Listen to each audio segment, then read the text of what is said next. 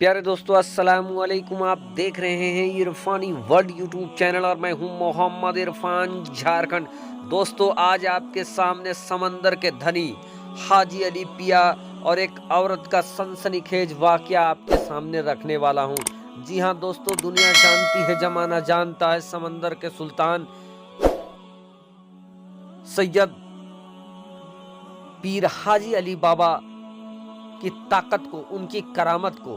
दोस्तों, मुल्क हिंदुस्तान के अंदर समंदर के सीने में चढ़कर जिन्होंने इस्लाम का डंका लहराया है, उस अजीमुस्शान अल्लाह के वली को दुनिया जमाना हाजी अली बाबा के नाम से जानती है।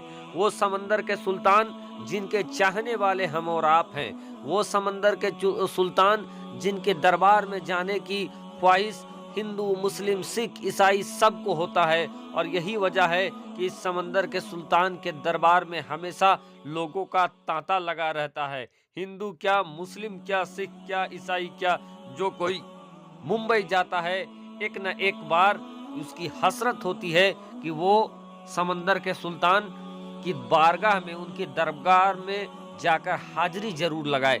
तो दोस्तों, आज उन्हीं समंदर के सुल्तान की एक ऐसी करामत आपके सामने रखने वाले हैं दोस्तों, जिसको सुनकर यकीनन आपको बहुत खुशी महसूस होने वाला है। मैं जानता हूं दोस्तों, आप भी हाजी अली बाबा के चाहने वाले हैं, अल्लाह के वली की चाहने वाले हैं। इसीलिए अगर आप भी हाजी अली बाबा के चाहने वाले हैं तो वीडियो को अभी से कर दीजिए लाइक, बेल के बटन को कर दीजिए ऑन और ऑल नोटिफिकेशन के ऑप्शन को दबा लें।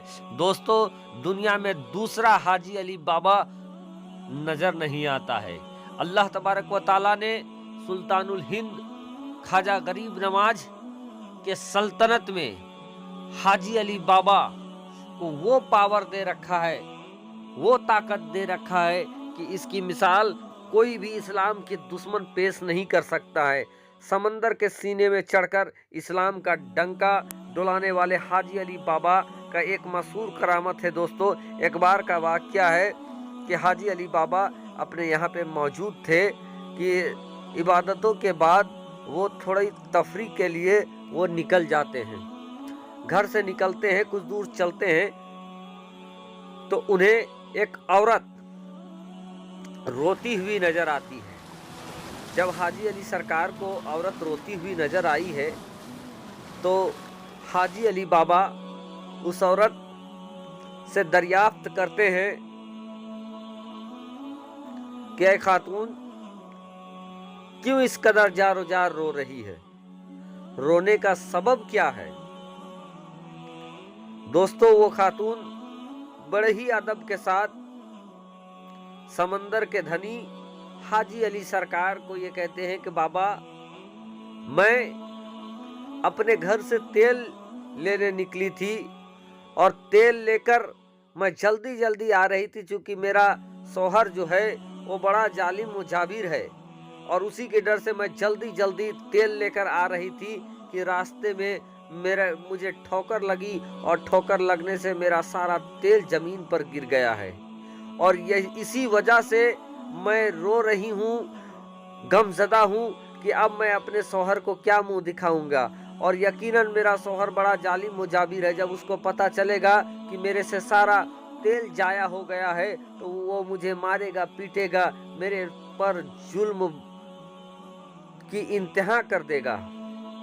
हाजी अली सरकार, हाजी अली बाबा, हाजी अली पिया रहमतुल्लाह अलैह को उस औरत के ऊपर तरस आ जाता है, रहम आ जाता है। और उसके बाद सरकार हाजी अली पिया, समंदर के सुल्तान, समंदर के धनी ने अल्लाह के नाम लेकर अपना उंगली को जमीन पर उसी जगह पर रख दिया जिस जगह पर तेल गिरा था। दोस्तों, रिवायत में आता है कि जिस जगह पर तेल गिरा था, हाजी अली सरकार ने जैसे ही वहां पर अपनी उंगली रखा है दोस्तों, कि उस जमीन से तेल के फव्वारे निकल पड़े हैं, जैसे किसी ने गीले कपड़े से पानी को निचोड़ दिया हो, उसी तरीके से जमीन से तेल निकल आया। अब हाजी अली सरकार ने उस औरत से कहा है कि जल्दी आप अपना तेल, जो पूजा है उसमें आप तेल भर लो। दोस्तों, वो औरत अपना सारा तेल अपने बर्तन में फिर भर लेती है और खुशी खुशी हाजी अली पिया रहमतुल्लाह अलैह का शुक्र अदा करने के बाद वो वहाँ से चली जाती है। लेकिन दोस्तों, इस वाक़ये के बाद हाजी अली सरकार काफ़ी सोच फिक्र में पड़ जाते हैं।